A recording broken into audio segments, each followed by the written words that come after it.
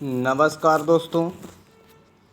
आज हम आपको इस वीडियो के माध्यम से लिपि के बारे में बताने जा रहे हैं।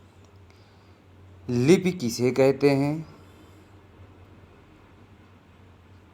और लिपि के कितने प्रकार हैं, तो वीडियो को शुरू से अंत तक देखें।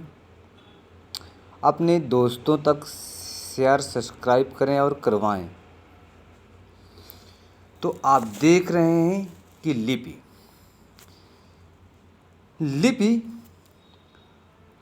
किसे कहते हैं। सबसे पहले इसके बारे में जान लेते हैं। भाषा अपने मूल रूप में ध्वनि पर आधारित होती है। भाषा अपने मूल रूप से ध्वनि पर आधारित होती है। ध्वनियाँ जो होती हैं वो उच्चरित होती हैं, और जब उच्चरित होती हैं तो सुनी जाती हैं। इस प्रकार भाषा की काल और स्थान की दृष्टि से ये सीमाबद्ध है। भाषा काल और स्थान की दृष्टि से सीमाबद्ध है। यानी भाषा तभी सुनी जाती है जब बोली जाती है, तथा वहीं तक सुनी जाती है जहाँ तक आवाज़ जाती है। काल और स्थान की दृष्टि से दूर करने के लिए भाषा को लिपि के रूप में परिवर्तित किया जाता है, और इसी को बंधन से मुक्त करने के लिए, सीमा से दूर हटाने के लिए लिपि का जन्म हुआ। लिपि और भाषा का जो संबंध है वो अपने मूल रूप में ध्वनियों पर आधारित होती है। भाषा का जो संबंध है, लिपि और भाषा का जो संबंध है भाषा अपने मूल रूप में ध्वनियों पर आधारित होती है। लिपि में उन ध्वनियों को रेखाओं और चिन्हों के माध्यम से व्यक्त करते हैं, अर्थात लिखते हैं। दोनों में मध्यम अंतर है। शॉर्टकट में हम देखते हैं लिपि क्या है। लिपि किसे कहते हैं? लिपि किसी भाषा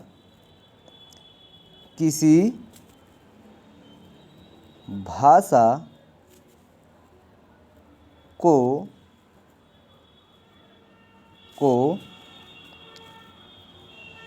लिखने या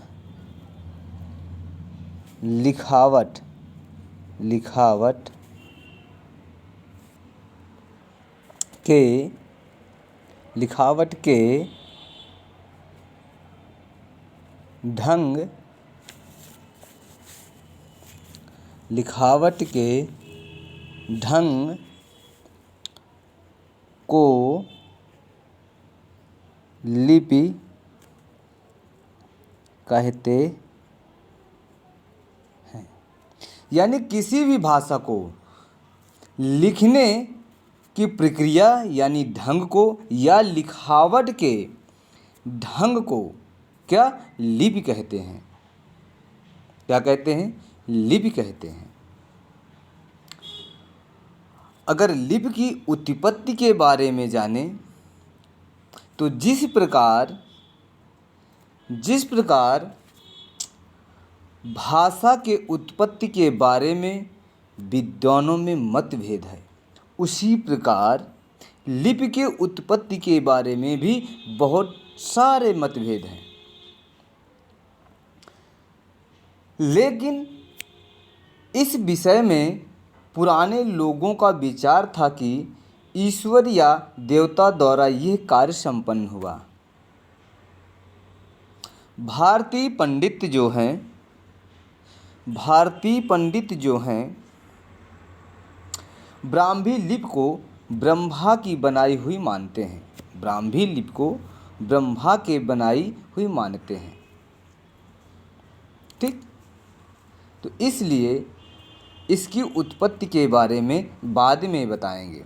सबसे पहले देखते हैं कैसे हमने लिखावट को यानी लिखने की प्रक्रिया को या लिखावट को कैसे लिपि कहते हैं, या किसी भाषा को रेखांकित करके या किसी चिन्ह द्वारा जो रूप दिया जाता है वही लिपि है। भारतीय लिपि, भारतीय लिपि क्या है? देवनागरी। भारतीय लिपि क्या है? देवनागरी।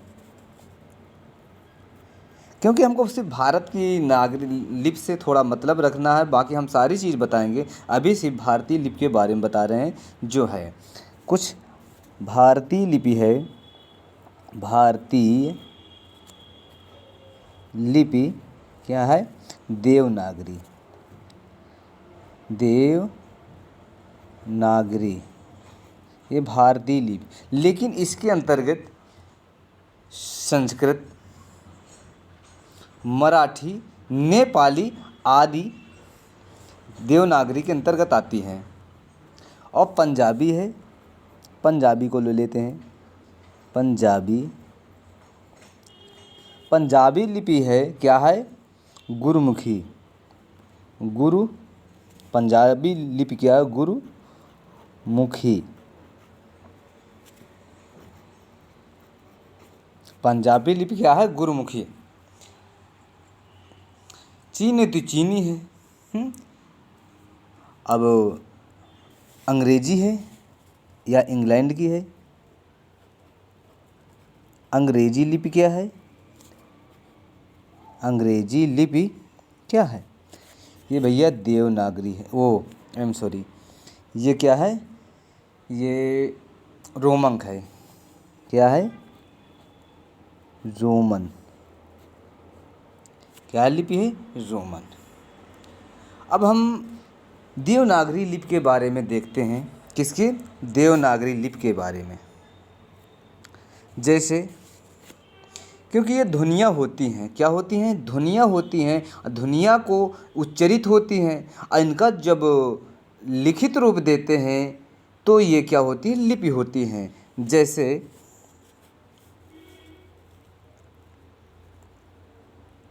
आ, ई, उ, ये क्या है? ये लिपियां हैं। ये क्या है? लिपियां हैं। इस तरह ये स्वर हैं।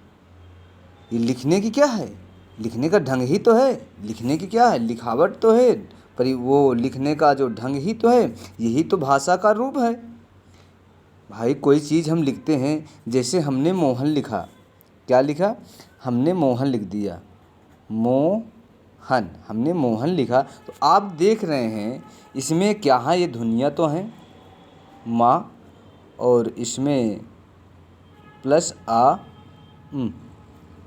ओ। क्या है? ओ है। इसके बाद प्लस में हा देखते हैं। क्या है? हा। अब प्लस क्या है?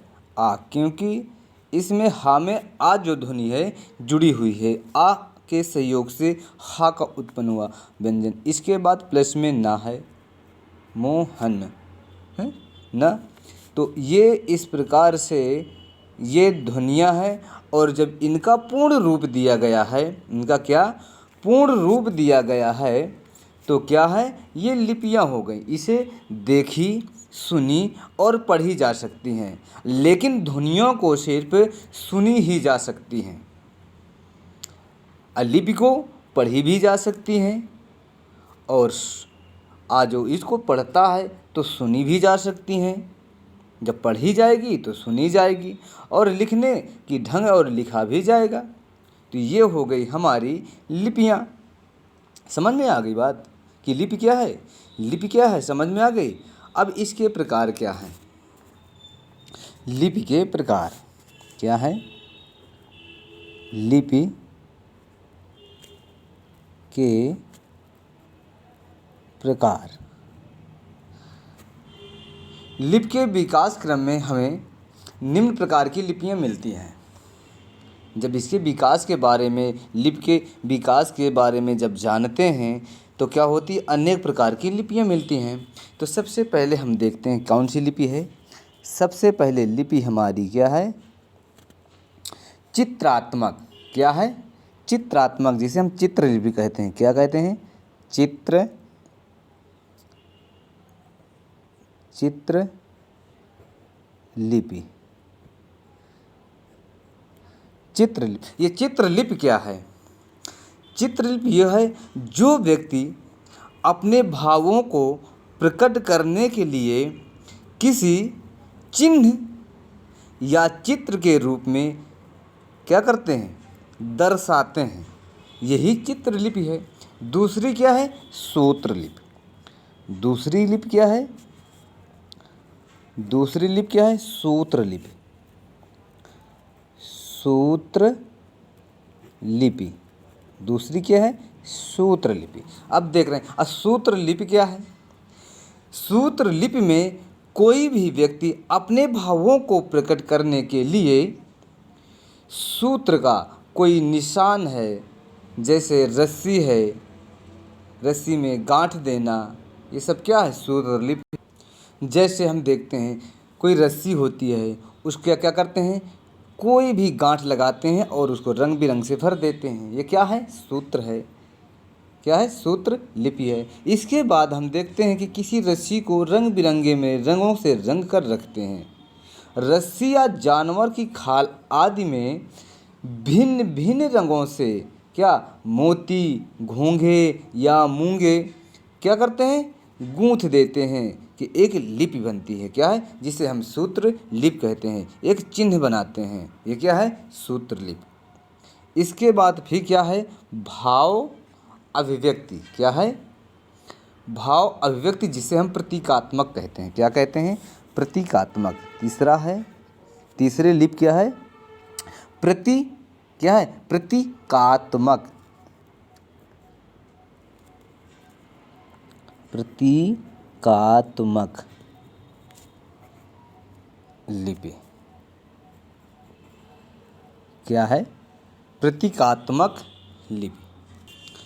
प्रतीकात्मक लिपि जो है, ये शुद्ध अर्थ में लिपि न होते हुए भी इस रूप की जो आँख के सहारे दूरस्थ व्यक्ति के विचार भी उनके द्वारा जो भेजी गई वस्तुएं के द्वारा जो जान सकते हैं, वो क्या है, भाव अभिव्यक्ति या प्रतीकात्मक पद्धति, वो पद्धति ये लिपि होती है। क्या, प्रतीकात्मक पद्धति या लिपि होती है। चौथा क्या, भाव मूलक। चौथी लिपि क्या है, चौथी लिपि भाव मूलक। क्या है, भाव मूलक लिपि। अब ये भाव मूलक लिपि क्या है, ये भाव मूलक लिपि जो है, ये क्या है, ये भी चित्रलिपि का ही एक क्या है, रूप है। किसका, चित्रलिपि का ही एक रूप है। चित्रलिपि में जैसे हमने सूर्य का संकेत करते हुए एक गोला का निशान बनाते हैं। क्या बनाते हैं, एक गोले का चित्र बनाते हैं और उसमें किरण जैसे प्रकाशित होती हैं, उसमें लकीर खींच देते हैं। लेकिन भाव मूलक में शब्दों के द्वारा या चल करके भावों को प्रकट करते हैं। ये हो गई भाव मूलक लिपि। पांचवी कौन सी लिपि है, पांचवी लिपि कौन सी है, भाव ध्वनि मूलक लिपि। पांचवी लिपि क्या है, पांचवी लिपि भाव ध्वनि मूलक लिपि। देख पा रहे हैं, क्या है, भाव ध्वनि मूलक लिपि। ये भाव मूलक ध्वनि जो लिपि है, ये भी क्या है, ये भी चित्रलिपि का विकसित रूप है। किसका, चित्रलिपि का ही विकसित रूप है। इसमें यानी भाव ध्वनि मूलक लिपि में व्यक्ति अपने भावों को दूसरे के प्रति व्यक्त करने के लिए कुछ कह करके, अपने भावों को कुछ कह करके लिखता है। क्या करता? कुछ कह करके ही कोई चिन्ह बताता है। ये हो गई भाव ध्वनि मूलक लिपि। अब छठी लिपि कौन सी है?